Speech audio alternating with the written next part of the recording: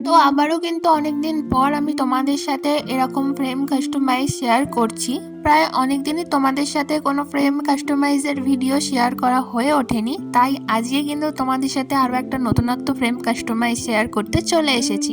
আর ফ্রেমের কালারটা কিন্তু এরকম পিঙ্কের মধ্যেই রাখতে বলা হয়েছিল, আর তার সাথে কিন্তু 4টে ফটো, নাম, ডেট আর এরকম একটা ছোট্ট ক্যাপশন অ্যাড করে দিতে বলা হয়েছিল। আর যেই দিদিভাই এটা অর্ডার করেছিল সেই দিদিভাই কিন্তু আমারই করা একটা কাজে রেফারেন্স ফটো পাঠিয়ে শেয়ার করেছিল, কিন্তু সবসময় তো আমাদের কাছে সব রকমের জিনিস অ্যাভেলেবেল থাকে না। দিদিভাই কিন্তু যেই ফটোটা আমাকে শেয়ার করেছিল সেই ফটোতে যেরকম ভাবে কাস্টমাইজ করা ছিল সেখানে বেশিরভাগ জিনিসই আমার কাছে ছিল না, তাই জন্য আমি সেই রকম আর করিনি, আমি আমার মনের মতোই কাস্টমাইজ করে দিয়েছি। ওই দিদিভাইয়ের সেরকম যেহেতু কোনো কিছুর ডিমান্ড ছিল না, তাই দিদিভাইকে আমি যখন বলেছিলাম দিদিভাই আমাকে বলেছিল যে ঠিক আছে, কোনো অসুবিধা নেই, তুমি তোমার মনের মতোই করে দাও, শুধু দেখতে সুন্দর হলেই হবে। তাই আমি এখানে পুরো কাস্টমাইজটাই আমার মনের মতন করেছি। আর যখন আমি আমার মনের মতন করি তখন আমি চেষ্টা করি যে একটু নতুনত্ব কিছু করার, তাই এবারেও আমি কিন্তু নতুনত্ব ভাবেই জিনিসটা কাস্টমাইজ করেছি। তো কেমন হয়েছে অবশ্যই জানিও। আর তোমরাও যদি তোমাদের প্রিসিয়াস মোমেন্ট গুলো প্রিজার্ভ করতে চাও বা কাউকে কোনো কিছু গিফট করতে চাও তাহলে অবশ্যই কিন্তু অর্ডার করতে পারো।